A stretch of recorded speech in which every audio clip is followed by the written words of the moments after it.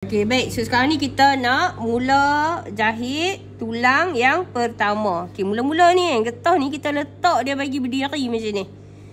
Getah ni kita letak bagi berdiri macam ni. So, dia pun ke arah dalam. Dan kain ni pun macam tu juga. Okey, lipat. Masuk setengah inci macam tu. Gitu. Lepas tu, kita pun jahit. Okey. So, masa ni kita buka lah mata nombor 3 pun tak apa. Bismillahirrahmanirrahim. Jahit nak. Okey, jahit sampai ke bawah tu. Lepas tu kita pi ke atas balik. Lepas pi ke atas, potong benang. Buat pula untuk bucu ataupun penjuru yang kedua. Sama juga bagi getah tu berdiri. Lebihkan 1,5 inci ke atas. Lipat masuk. Macam tu. Dia kena dengak betul-betul supaya tak terkalih. Tak terkalih kan. Okay, newbie nanti dia buat dia mesti terkalih punya. Terkalih tu hampa jangan duk give up. Kan, buat lagi. Pasal apa cikgu buat tak terbalik? Pasal apa buat terbalik? Dengar arahan betul-betul. Dengar arahan yang ketiga pula ni. Cari hak penanda kain ni. Ni tang ni hak tanda kain. Lepas tu ambil hak tanda getah. Letak getah tu bagi berdiri. Lepas tu bagi dia lebih 1,5 inci lah. Sebab, okay nampak? Bagi dia berdiri dulu. Lepas tu kita lipat dia. Lepas tu sumbat masuk ke dalam. Basi tu 1/2 inci macam tu. Lipat balik. Tarik bagi kemas. Angkat tapak. Lepas tu hampa jahit sampai kat ujung. Hampa patah balik ke belakang. Lagu tu. Ni getah ni orang kata apa. Kalau pakai 5 term pun dia tak terkalih dah. Dia tak terkalih dah sebab kita jahit dah kat dia 4 penjuru. So yang ni penjuru yang terakhir pun sama juga kaedah dia. Okey, ikut petua dia tak akan terbalik. Bagi getah tu berdiri, lebihkan dalam 1,5 macam tu. Lepas tu bawa masuk ke dalam 1/2 inci macam tu. Lipat, bagi dia kemas. Tu dia, lagu tu saja cerita dia. Lagu tu saja cerita dia. Hak ni hak lah kita tak payah angkat tapak dah. Okey, lepas tu 1 hun. Kita tindih getah. 1 hun kita tindih getah. Sebelum kita nak tindih getah, kita buka mata jahitan yang kasar 4,5 lagu tu. Pasal apa? Sebab kita nak jaga getah tu bagi dia tak rosak. InsyaAllah. Okay.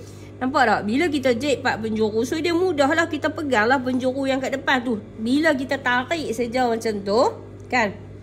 So dia dah terus jadi kemas helok. Lagu tu.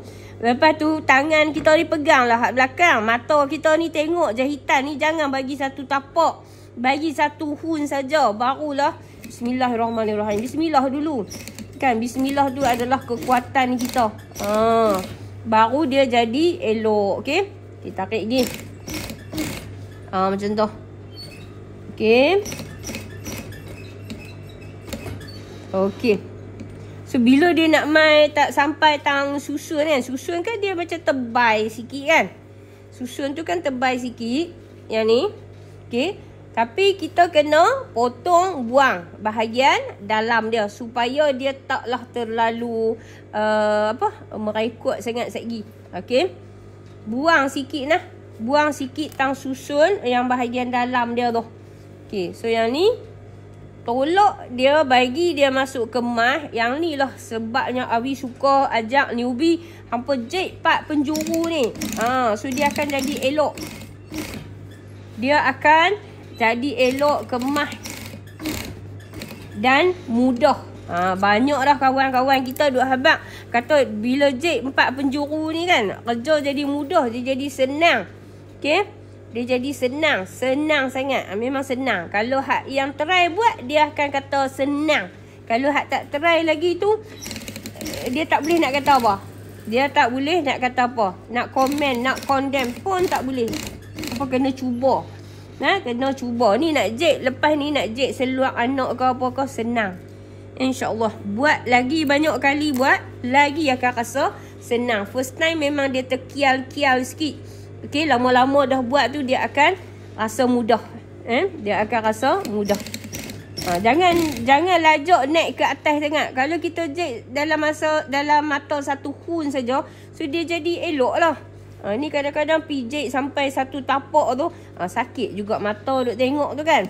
So kita nak kekalkan, nak bagi nampak getah tu yang kita guna tu, getah tu 1 inci. Okey, siap dah lah. Sembang-sembang, pokpek. Okey, so siap dah. Nampak tak?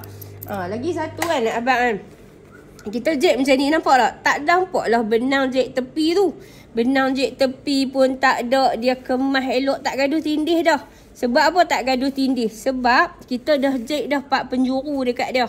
Okay, so jahit lah bagi dia cantik, dia kemas macam ni. Walaupun kita jahit getah ke semua. Okay, baik. So selamat mencuba. Bye. Assalamualaikum.